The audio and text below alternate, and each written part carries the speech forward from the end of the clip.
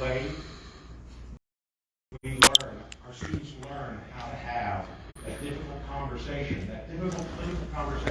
with those that are thought. It's something that has been necessary in this country, but more importantly, it's something that's being implemented here at Southeastern University. And it is my pleasure to introduce you to the person whose idea this was and who has been one of our biggest supporters, our president, Dr. Am.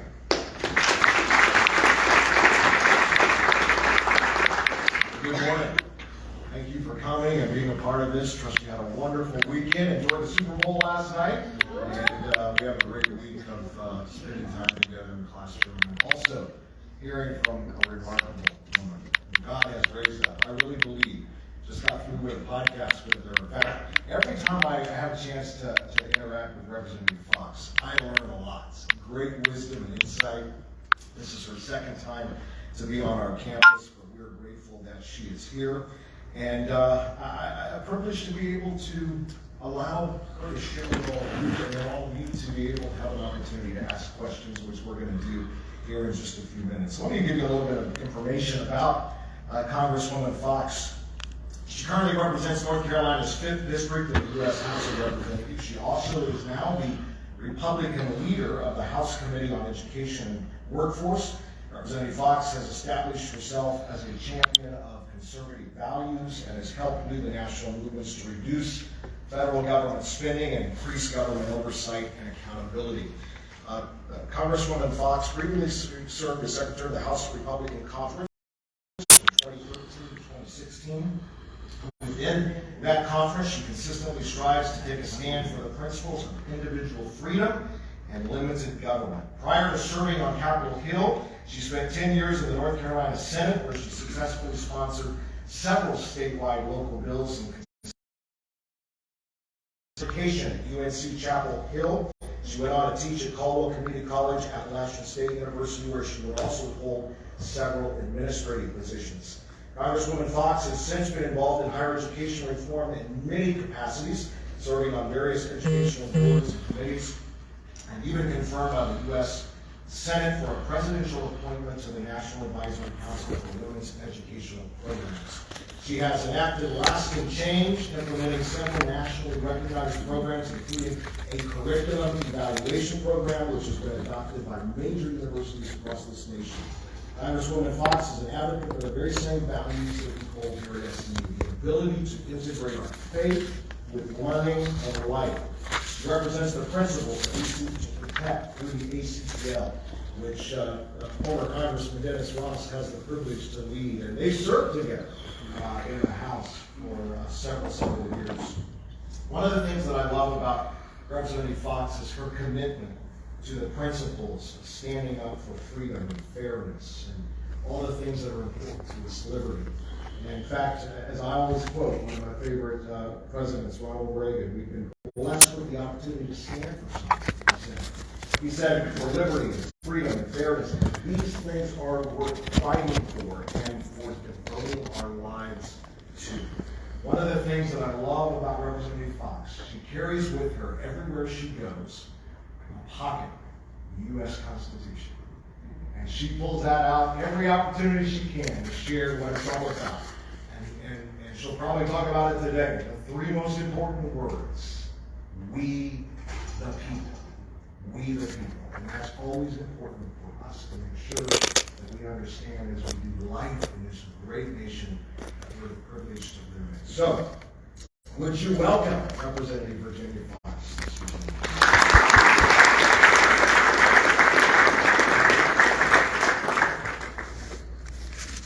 Well, that's a pretty good photo. I've got a lot to live up to. There are some seats scattered around. If anybody wants to come up, there are a couple of seats at this table and one there. So I'm not sure I've ever spoken to a standing room only crowd. I'll put that on my resume. I am really delighted to be with you, and I appreciate the introduction by President Engel, and I agree with everything that my colleague Dennis Ross said, that too many people want to avoid talking about politics. Politics has a bad connotation in our culture these days. And that is very, very unfortunate. Because what I tell people, you're either at the table deciding on the menu, or you may be a part of the menu. So you may not remember anything else I say, but you may remember that. So if you are engaged in the political world in some way, things will be happening to you. And as Congressman Ross said, you are going to be affected whether you think you're being affected or not. Every minute of every day, some government agency is going to do something that's going to affect you. I said to President Engel right after we did the podcast, I said, I've got this speech that somebody wrote for me. I assume they talked to somebody here saying, this is what I should talk about. They said, no, we don't know. So somebody wrote me a speech. I might hit the high spots in it, but I don't have any problem standing up and talking to a group of college students. In fact, I love doing that, and I'm delighted, really, really delighted to be here. I think we need more people in this country who seek to honor God and serve others in their vocation. And that's what I understand Southeastern is here to do, is to help you learn how to find the vocation you want and how you can best serve, and also to serve God in the meantime. I'll tell you just a little bit about myself. It's on the podcast, but I'll tell you a little bit about myself.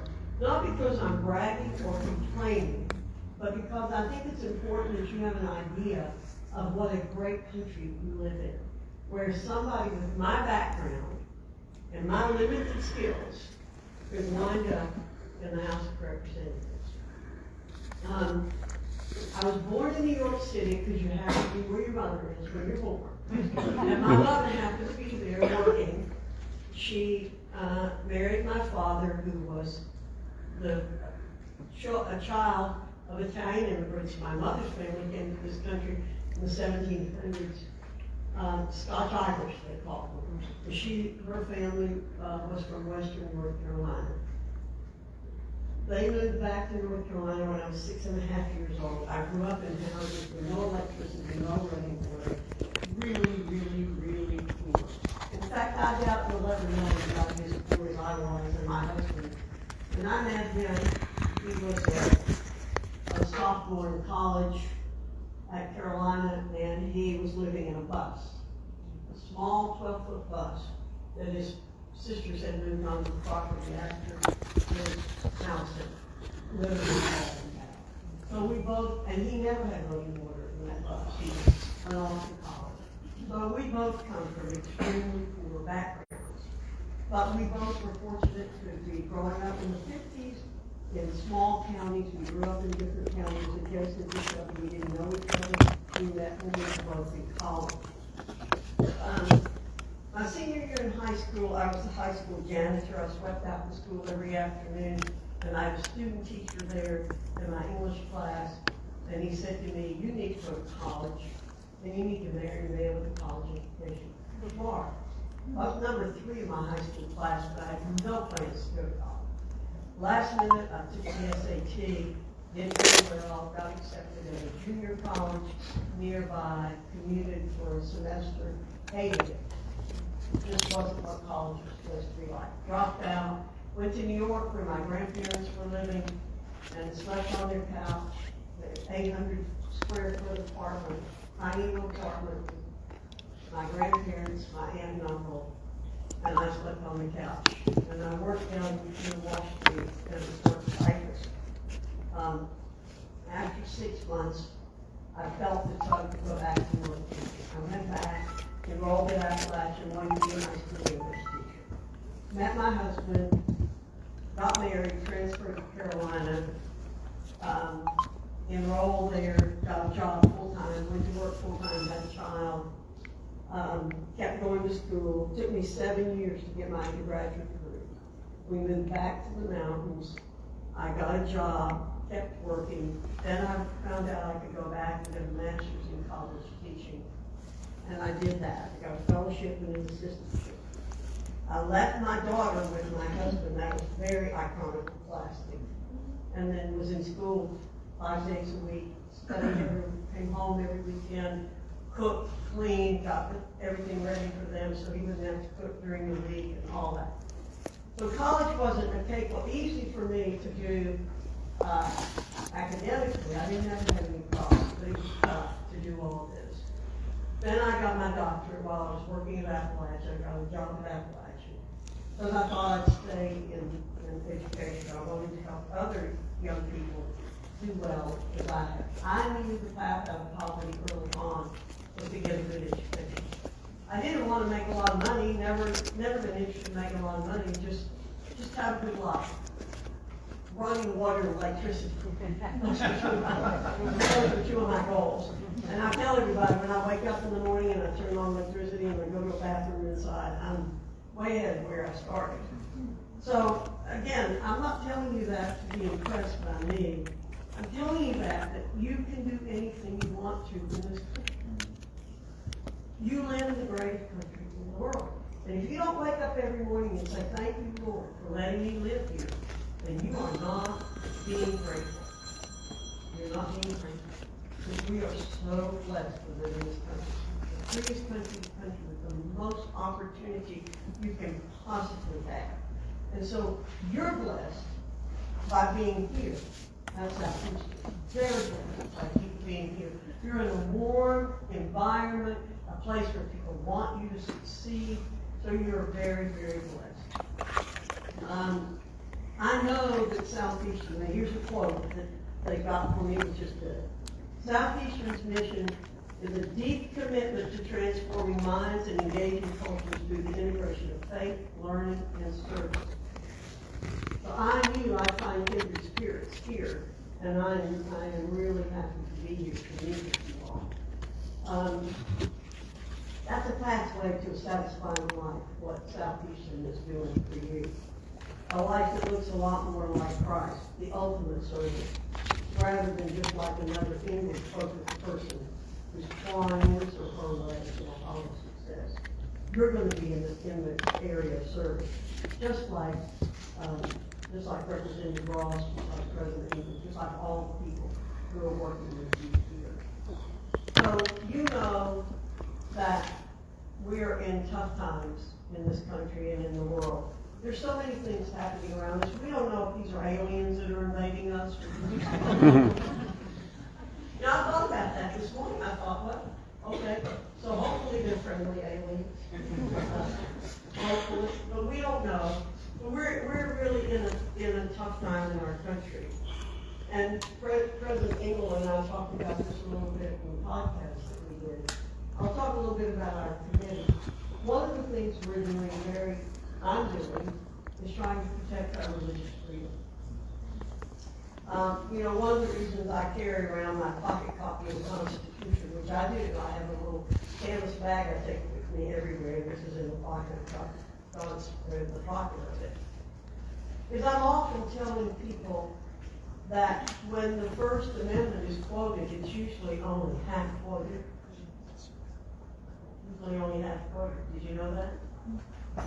Most people quote, Congress shall make no law respecting an establishment of religion or prohibiting the free exercise. That's the part that often doesn't get quoted. And unfortunately, there's a move in the Congress has been for the last 4 years to violate the second half of that freedom. Because there's a lot of push to get rid of our religious freedom. And most of that's coming out of the Education Committee. It's not coming out of the Judiciary Committee where you might think it would be, but it's out of the Education Committee, where they're trying to impinge upon the rights of schools like Southeastern. They're trying to impinge upon the rights of employers as well as education institutions. So we have to protect that at the federal level, and that's a problem. Another priority that we have in our committee is protecting women's sports from politically correct nonsense. So Representative Stuber, who represents an area close by, fairly close by here, I'm sorry I don't know the geography of Florida like I should know the geography of Florida, but protect women's sports from biological males participating in them. And I'm very much involved with that.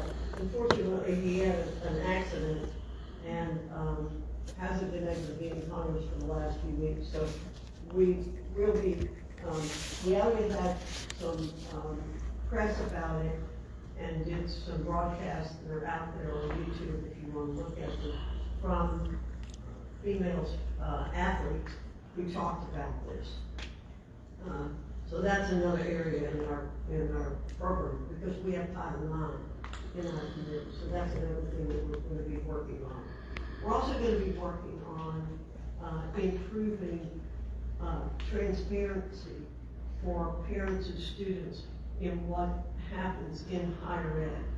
So that when a student chooses to go to a college, they'll get more information. How much is it going to cost? How long is it going to take? What are the chances of my getting a job when I graduate? What's my major? What am I likely to earn? So students can weigh what it's costing them, how parents feel rights. Again, more transparency. We want parents to know what are their children being taught. How much money is coming into the schools? Where is it coming from? Where is it going? Because it deals with taxes. But it will allow people to get a tax credit for making a contribution to a program that is a scholarship to give freedom of choice to parents and students about where they go to school. But we'll be working with the Ways and Means Committee on that. So we have a lot to do in this session of Congress. You may have heard, how many of you have heard about the fact that we have a challenge in electing our speaker? Any of you heard about that? That made all the news.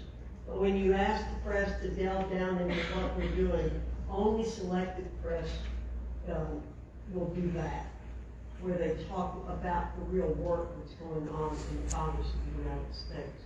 So most people don't know much about that. But you can find out about that by going to our website. People ask me all the time, how can we know what's happening? Well, go to the Education and Workforce website, go to the Republican side. You can also look at the Democrat side, and you'll see quite a contrast between one. But we want education to be dealt with in the marketplace.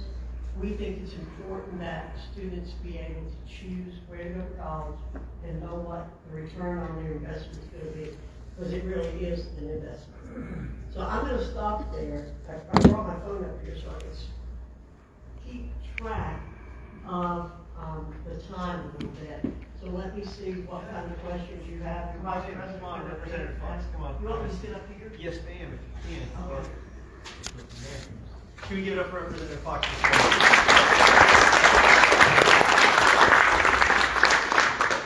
So, earlier last week we had a lot of our students here, classes from our political science degrees and various other majors, and they sent in questions last week, along with some of our staff, faculty, and just different on these issues. These are the questions. These are the questions. Yep. So we'll get through what we can. And we'll get through it. So let's dive in. And the first one is a zinger. I don't know what person is reading the news this deeply and wrote this question, but they asked about the new, so recently the Department of Education issued a new rule based on their interpretation of the Bostock ruling that basically allows, they kind of self-gave themselves the ability to police discrimination issues specifically based on gender identity. Can you tell us a little bit more about this rule and what is Congress doing to kind of serve as a watchdog on these kind of situations for us? Well, we're in a bind right now because Republicans are in the majority in the House alone. The Senate it has a majority of Democrats, and obviously the Biden administration is controlled by Democrats. But we are pushing back. We're writing letters. We are filing what's known as Congressional Review Act, where we can file a bill that says we're disapproving of this rule, and we are doing everything that we possibly can. We do, again, we have a major challenge on our hands with country right now, with Democrats, liberals, far left is being in control of much of our government and pushing their ideologies. So in some cases, there's not a lot we can do. We'll do everything we can. Basically, we have to have lawsuits generally to get to the bottom of it when you have divided government like this. And so there are lots of cases before the Supreme Court, and that's the ultimate test. And it feels like really this discussion about how we're going to move forward in both maintaining religious freedom while also giving rights to different people based on their background is going to be carried out in the courts. In your opinion, what is the best way for us to move forward as a country? What is kind of the best way to kind of maintain both of these two identities in our society? Follow this. And that's why it ultimately goes to the Supreme Court, and the court then will decide. But the other thing that you do is you elect the right kind of people. Elections have consequences. The election of 2020 was still under some dispute. However, what happened was, once the Biden administration got in, we knew we would be facing many, many challenges. Many of us warned about it. We said, if you elect Vice President Biden as president, then you're going to be inheriting all these people who worked in the Obama administration who are going to come in and put forward their leftist ideas. So again, we go back to what Congressman Ross said. If you're not involved, then you're going to be impacted anyway. And so Florida was not an issue, North Carolina was not an issue, but many states were issues where President Biden won. He didn't win by very many votes. I think the total was about 40,000 across the country. So think about that. Only 40,000 votes made the difference in the philosophies that we're now facing. And so we just have to constantly be involved and get other people to be involved.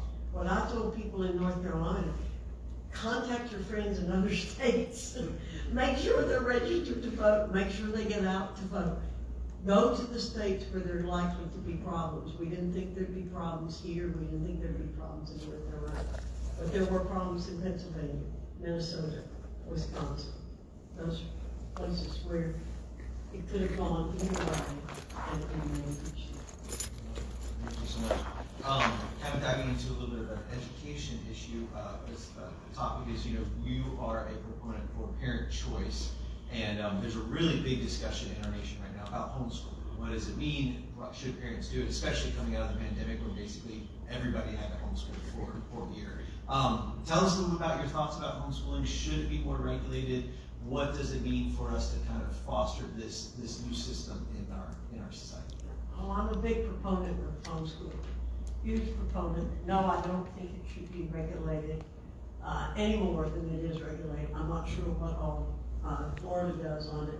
I know a little bit more about North Carolina. I think you have to register your homeschool and you have to abide by the testing protocols for the state. And I assume Florida has the same thing.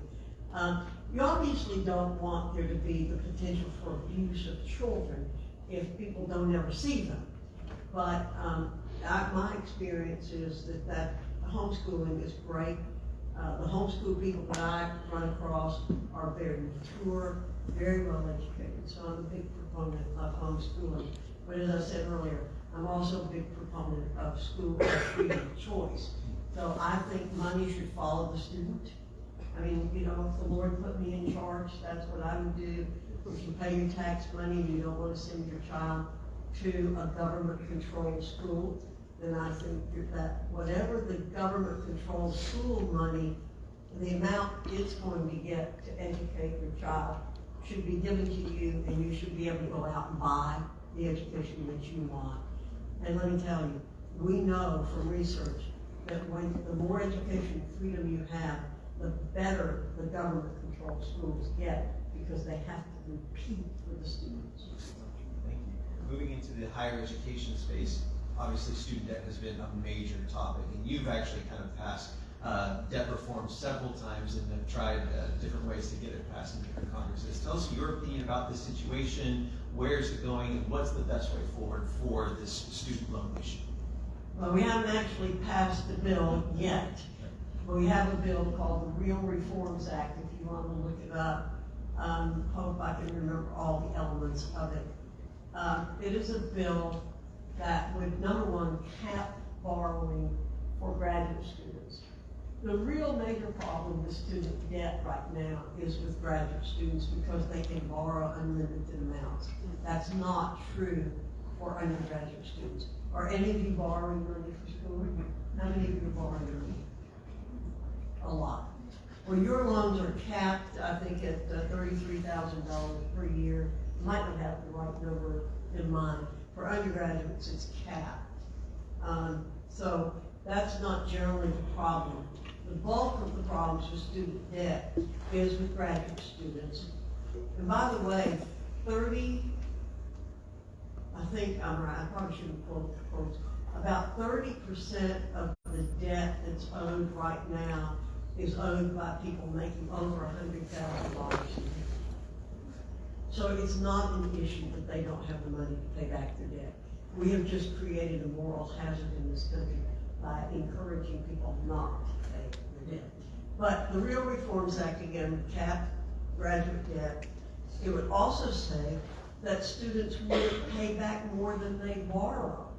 Too many times now, students don't ever pay enough to pay off principal. They're only paying the interest, and they wind up with the interest accruing more, and they get a loan that's it's higher than what they borrowed originally, and they can't ever get it paid back.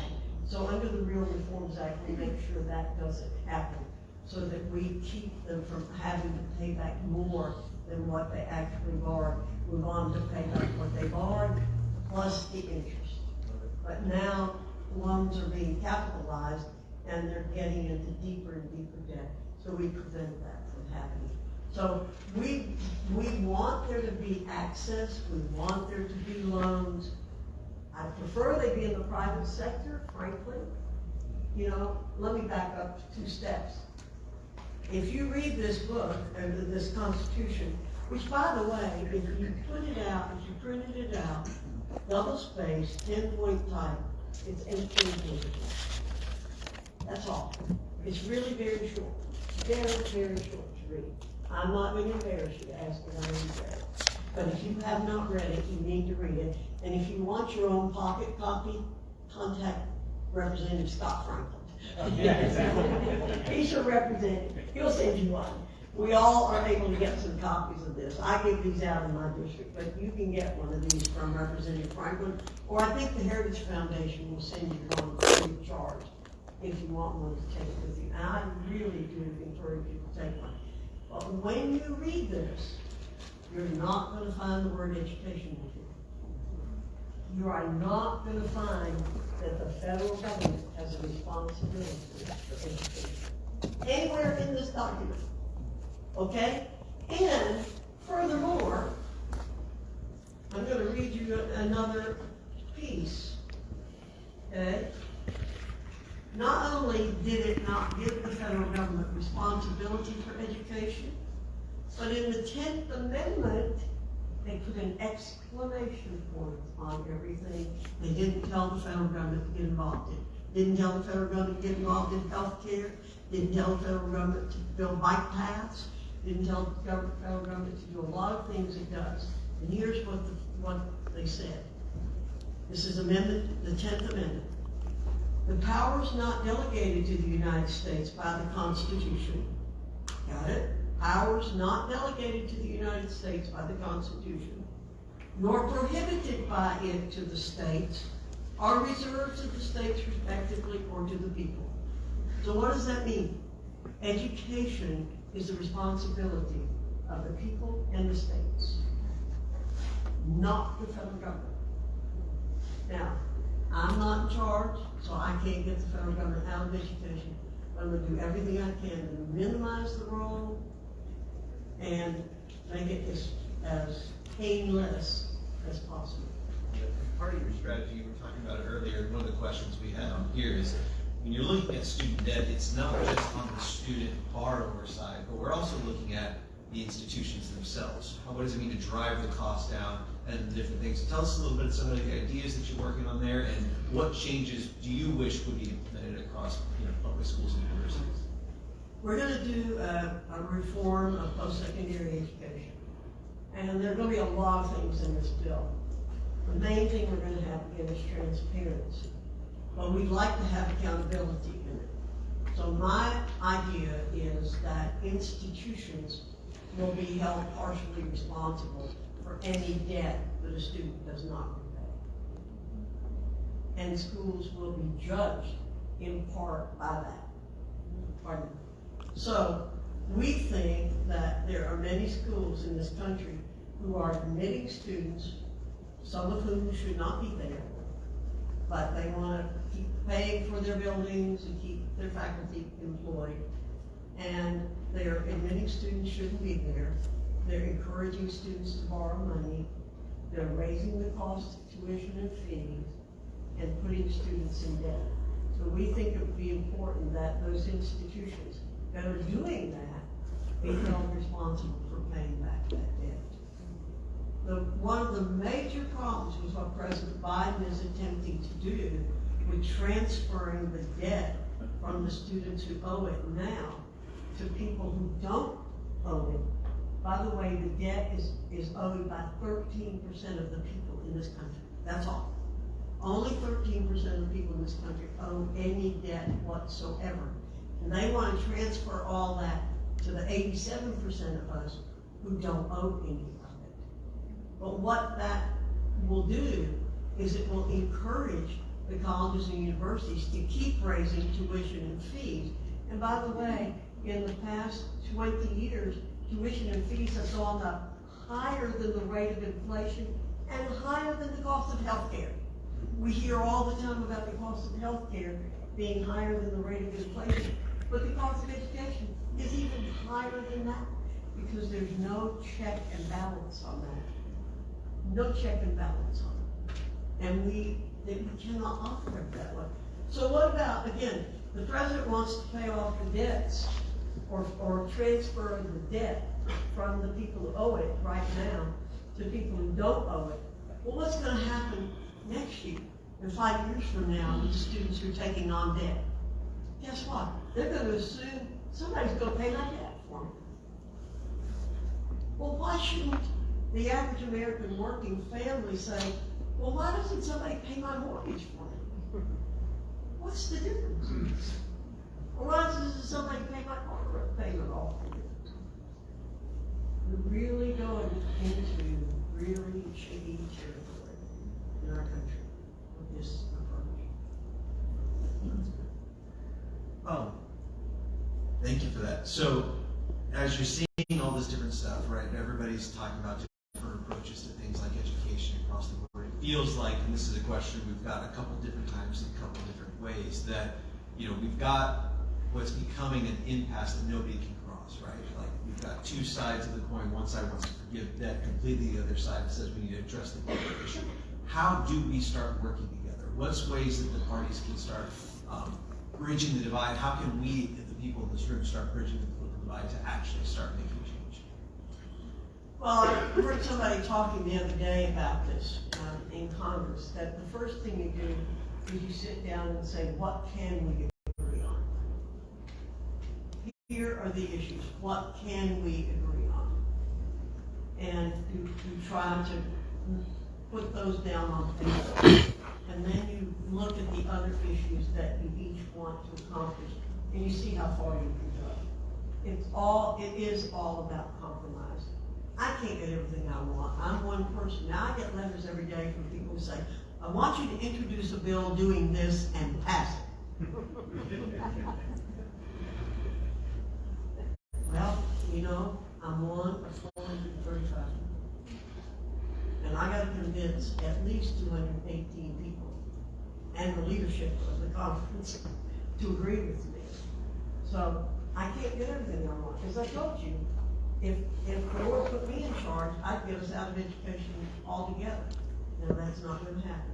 You have to first come to the realization what you can do and what you can't do. And then you work with the possible. I will tell you, in last session of Congress, we spent hours, or my staff did, hours and hours and hours working with the Democrat staff on a piece of legislation that we hope to pass this time. And we had a lot we were in common. And then after probably maybe 1,000 hours of meeting in committee, they came to a point where they just couldn't continue. They just could not agree because our differences of opinion were so great. And there, in some legislation, you can't really pass a piece of it without passing all of it because it's like a puzzle and it all sort of fits together. So that fell apart. And a lot of times we couldn't ultimately come down. We just couldn't compromise our principles, each side. We may get to that point again, but on the, we've introduced a bill called the Pell Act, which would allow students to get Pell Grants for short-term skill-based programs that would then lead into accredited programs. And the chairman of the committee came up to me the other day and said, I've looked at your Pell Act and I like it. I may sign on to it. I said, oh, good heavens, this is the end. This is surely end time. You're going to sign on to that bill. He said, well, I don't know yet. Now, don't get me wrong, I haven't made up my mind. And he says, I got to talk to the people in the department. I said, don't go to the department to ask for permission, for heaven's sakes. Oh, I'm not doing that. He said, I'm just asking for advice, technical advice. So he hasn't signed on yet. But I'm hoping. I've got a lot of hope. And several other people. And the Senate has introduced a similar bill. So we're hoping that we can maybe come together. Senator Rubio and Senator King have introduced a similar bill. So when that happens, you feel like there's a little light at the end of the tunnel. It's not another cog on the train. So we're very optimistic. I tell people we got the reauthorization of WIOA done when President Obama was president, the Senate was Democrat, and the House was Republican. So I have that in my background, which makes me hopeful we can do things in this session. Love it.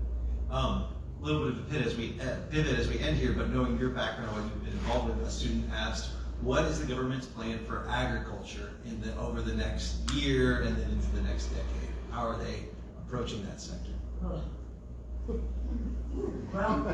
I'm not on the Ag Committee, but believe it or not, on the Education Committee, we do deal a lot with the Ag Committee because of child nutrition. The child nutrition piece comes into our committee, not the Ag Committee. Well, we have joint jurisdiction over it. Well, what I worry about, again, is the government trying to do too many restrictions on agriculture, and particularly the people who work in agriculture, and what they're trying to do. We are the breadbasket for a lot of people, as you all probably know.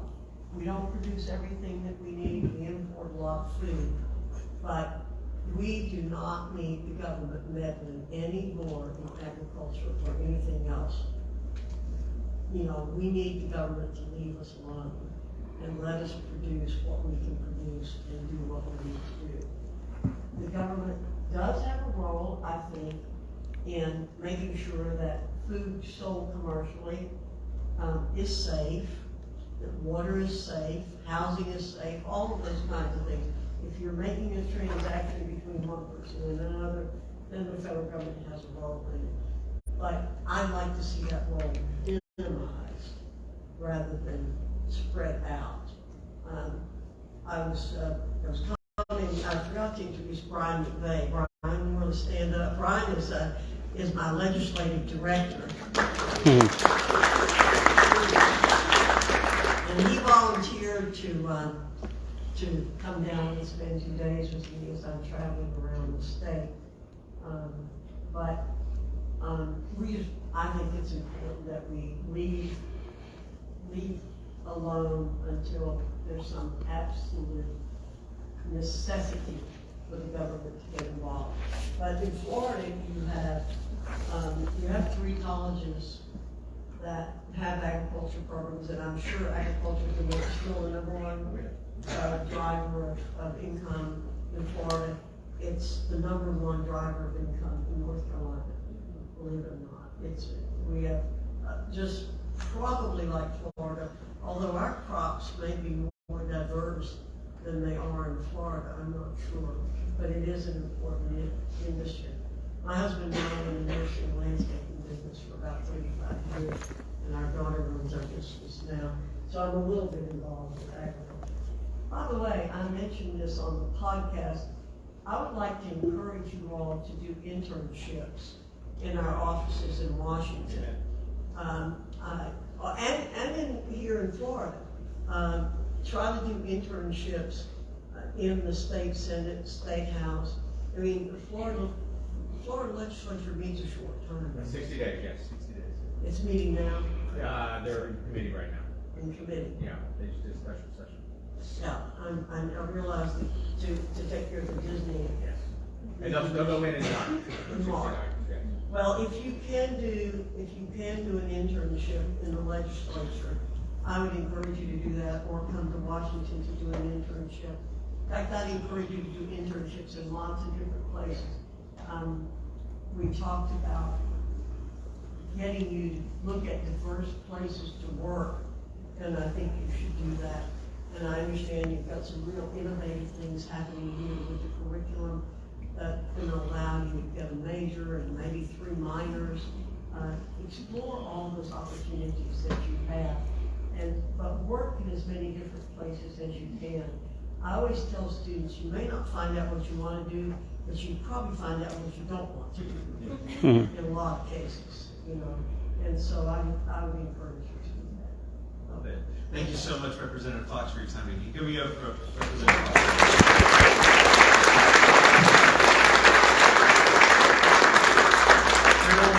We're very delighted to have you here. You are, your career and your leadership is what we try to encourage here, and that's the development of statesman leadership. And you have exemplified that for us. Thank you for your time. We do have internship programs. I encourage all of you all to look at doing that. Have a safe trip. Thank you all for being here. Congresswoman, thank you. Dennis, long time no see. Gordon, how are you doing? Representative Foxx, I want to shake your hand and thank you for for trying to stand up for fiscally conservative values. Now, you spoke of checks and balances, and I want to just run by a couple of them with you and just get your. She's on a quick schedule. Yeah. Okay, well, in any case, the one of them is, how come y'all guys, when we held the House, the Senate, the Oval Office, didn't force the thing? And number 2, do you agree with Representative Glenn Groffman that if his student loan bankruptcy bill passed, it would make the Department of Ed reluctant to lend and force the lending down? So I've not looked at Glenn's bill on. Yeah. I'll give these to Brian for her. Okay. Ms. Foxx, I'm Gordon Watts, the National Director of Contract with America, and I did pray for you. I don't completely agree, but you're conservative, and so... You didn't always agree with me either, Gordon. No. But listen, Dennis put in a good word for me, and I'll put in a good word for him. Thank you. May God bless you. Oh. Oh my God. Hey, Brian, have I spoken with you on the phone? I'm that pesky conservative news reporter from the Register. I want to give you a couple of these suckers right here. Okay. So you guys have a few extra, and my questions were hard. Now, I wasn't trying to embarrass Representative Foxx. I want to have a question and then for her to have the right answer and not look embarrassed. So what I would suggest is that she say, hey, I want to file a bill that would actually reduce or eliminate the taxpayers' use of tax dollars to make and guarantee the student loans. Oops, I can't do that because the lobbyists have me by the throat. The student loan bankruptcy bill, Glenn Groffman, Matt Gaetz, Ralph Norman, Josh Hawley, John Cornyn, myself, all conservative Republicans are supportive of this. Even Danny K. Davis agrees, that's a liberal Democrat, by the way, agrees that the free market forces of bankruptcy would push. Now, the Article 1, Section 8, Clause 4 of the U.S. Constitution is something that she didn't address.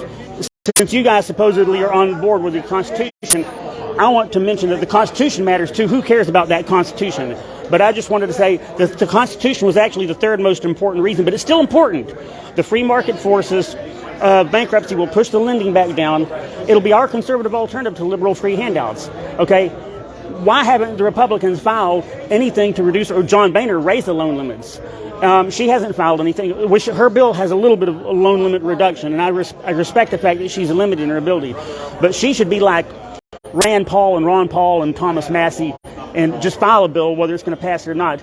Eliminating the Department of Education would be good, so it's not doable. But listen, if we directly funded education, it would cost less, like public ed. So I just wanted to mention that I don't mean any disrespect, but I'm holding my lawmakers accountable. And just between me and you, Dennis was conservative, but he didn't make some proper attempts. But I'm not going to embarrass him publicly because it's professional, it's a Christian thing. But I want to connect a name and a face and a voice, and I want to tell you guys in uncertain terms, Representative Foxx's job is hard. So I'm not trying to make it more difficult. But just between me and you, if I were in her position, I'd file the student loan bankruptcy bills, then I would file the loan reduction bills, then other things like infrastructure could be funded because we're pouring money into a black hole called the higher ed. Student loan bankruptcy is the reason that Trump lost, because he wanted bankruptcy for himself but not for others. Article 1, Section 8, Clause 4, Bankruptcy Code, it's not a free handout, but it's required by the Constitution's Uniformity Clause. It doesn't say it has to be there, but if it's there, it's type of equal protection. She needs to do this to obey Jesus' golden rule. Bankruptcy for her and her businesses. So, look, it's like a policeman has a gun. The liberals want to take the guns away from cops and they'll shoot people. No, when cops have guns, violence goes down. When students have the sword of bankruptcy, financial violence goes down. So I want her to, now that we have the House, it's going to be hard because we Republicans are bad on student loan bankruptcy. But, look, have I talked to you before, or have you seen my emails? I believe I have. But I haven't talked to you. No. In any event, though, I'm the real Gordon Wayne Watts. I would show you my driver's license, but I don't think... Sure, I believe you. I don't think anyone now doubts me. Okay, no one is as crazy as I am. So the bottom line is, I just wanted to urge you guys to try. The first thing, filing student loan bankruptcy would be popular. The liberals view it as free. It's in the liberal Democratic platform. They didn't keep their own platform. It's in our platform to stop using tax dollars to make and guarantee the student loans. Okay. And so, in any event, I want to make the job easy for you guys. If I were in her position, I would have the bankruptcy bills lined up first, politely but firmly call out Dick Durbin and Jerry Nadler for not keeping their word. It's in their platform. It's not in our platform. It should be. It's in the Constitution. Plastic bag I couldn't find a koozie this morning, so I don't know if there's a... Ms. Foxx, I want to assure you that I didn't mean any disrespect by suggesting that we haven't cut the subsidies when we had the House, the Senate, and the Oval Office. My strategy, because I know you're in a hard spot, you're one person, I would file the bankruptcy bills first, or get behind them, push the lobbyists back, try to get some subsidy cuts of some sort, and then it would free up money to do other stuff. Gordon, I don't particularly want to allow people to take discharge their loans. No, I want to pay them. Listen, that's right. I totally agree with you, but taking bankruptcy from Article 1, Section 8, Clause 4 of the U.S. Constitution is the bankruptcy uniformity clause. If you take it's the availability bankruptcy, if you take guns from police officers, then people will rush in. Gordon, I got to introduce you to some people. Okay, it's the availability. So Ms. Foxx, listen, Ms. Foxx makes a good point. If we give bankruptcy rights to students, what would happen is that there would be a bum rush initially, okay? But look, do you remember in the book of Queen Esther? Queen Esther, right? The people had their Second Amendment rights stripped. When they got them back, things were bad.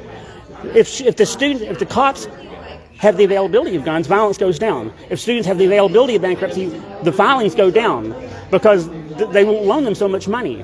It's basic common sense. So I sympathize with her, but if the student loan bankruptcy is not returned, the lending is going to continue and will crash the dollar. If it is returned, it'll tamp down the lending. Okay. And so the point of it is I just listen. Sure. I just want to hammer home the point that bankruptcy is the economic Second Amendment. Okay. Do I know you? Hi, Gordon. I work for Dennis. You work for him? You look. We've known you for years. That I thought you might have been his wife, but you look real young. His wife. Yeah. So, in any event, the bottom line is taking the sort of bankruptcy from students. It violates the Constitution's uniformity clause, but it's also akin to taking guns from cops. We can't let the cops have guns because they might shoot someone. Well, every time there's a cop shooting, we take the guns from the cops. Taking the guns from the cops makes violence go up. Giving it back to them will be, initially there will be some violence because the people will be doing stupid things. But when the cops get their guns back, the violence goes down. When good citizens get their bankruptcy rights. I'm going to get them downstairs. They've Okay. got to leave, okay? Well, thank you for this information. We'll take a look at it. Yeah, I know it's asking a lot, but Mr. Massey is just down the hall, so if we have any questions, we'll ask him. hey, I'm only a phone call away. All right. Well, we have. your Listen, number. I nearly won the largest pro-life case since Roe. I did brag about myself in my emails, right? Google Gordon Wayne Watson, Terry Schiavo. That was the largest pro-life case since Roe. Okay, but in any event, though, what I'm saying is that when students had bankruptcy, things were not out of control. When it was removed from them, things got out of control. If you return it, there's going to be a little bit of violence, but it'll force lending down, and it'll make our wish easier. Okay. So what I'm saying is that it violates the golden rule. So of course there's going to be. You remember when the cops had the guns taken away from them in Chad? When the cops got the guns back, there was a little bit of violence, but the violence went down. And so the same thing is true with the student loan bankruptcy. And so I want you guys to know that I'm not a free handout liberal. Sure. I'm Well, so I think poor. what I'm so poor that my income-based repayment plan is not going to do different. I think what you've given here is enough information. Every for- day that you don't do student loan bankruptcy, we keep bleeding out. When student loan bankruptcy comes back, the Department of Ed stops its insane lending, and then we stop the bleeding. Thanks, Gordon. I appreciate it. Okay, just go ahead. Keep messing around, you'll crash the dollar. I don't mean that as a bad joke, but you know what I'm saying. Right. Well, it's good to officially meet you.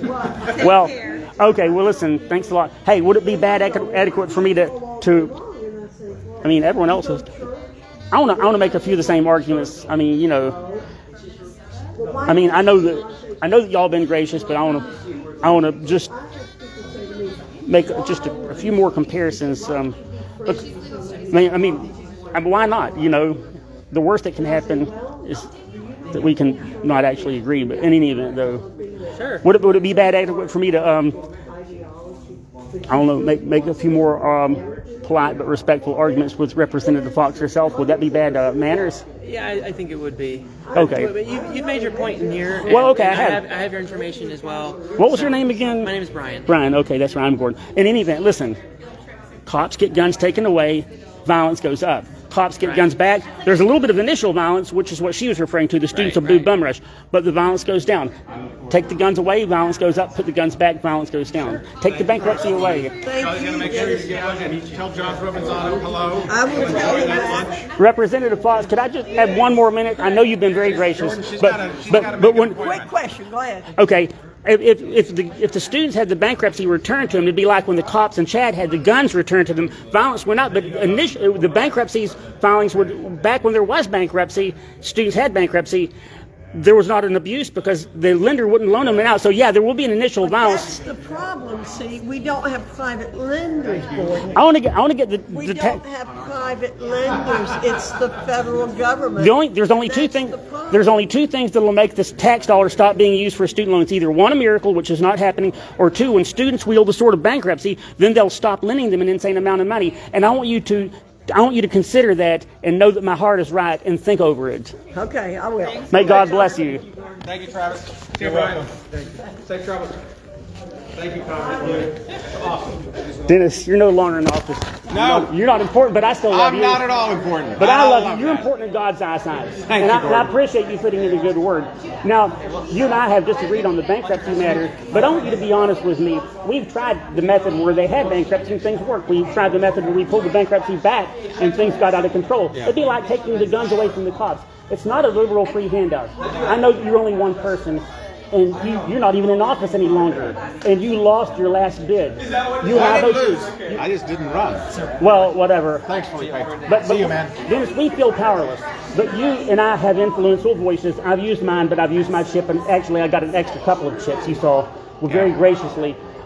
Don't you think The U.S. Constitution's uniformity clause, the golden rule, bankruptcy for me, but not for thee. Conservative free markets. Glenn Rothman, that's a Republican we can trust. He doesn't, whatever you think of Glenn, he's someone we can trust. He said, and Danny Davis, a liberal Democrat, both of them, all three of us agree on one thing. If the student had bankruptcy, then the lender would not be insane as far as loaning them amount of money. That's what all of us Put it in the want. private sector. Well, Get the government out of the loan business. well, Dennis, you're my friend, and I don't ever want to embarrass you, but I just want to know one thing. When you were in office, why didn't you file a bill to actually reduce or eliminate, to reverse the John Boehner bill, the loan limits? I know you wanted to, but you didn't. What happened? Did you just get too busy? I don't recall. In any event, though, All right, Gordon. Thank you. It would make the lobbyists unhappy, but we have to be strong. Listen, may God bless you. Thank you so much. Thanks, Gordon. See May you, God man. bless you. I'll see you, buddy.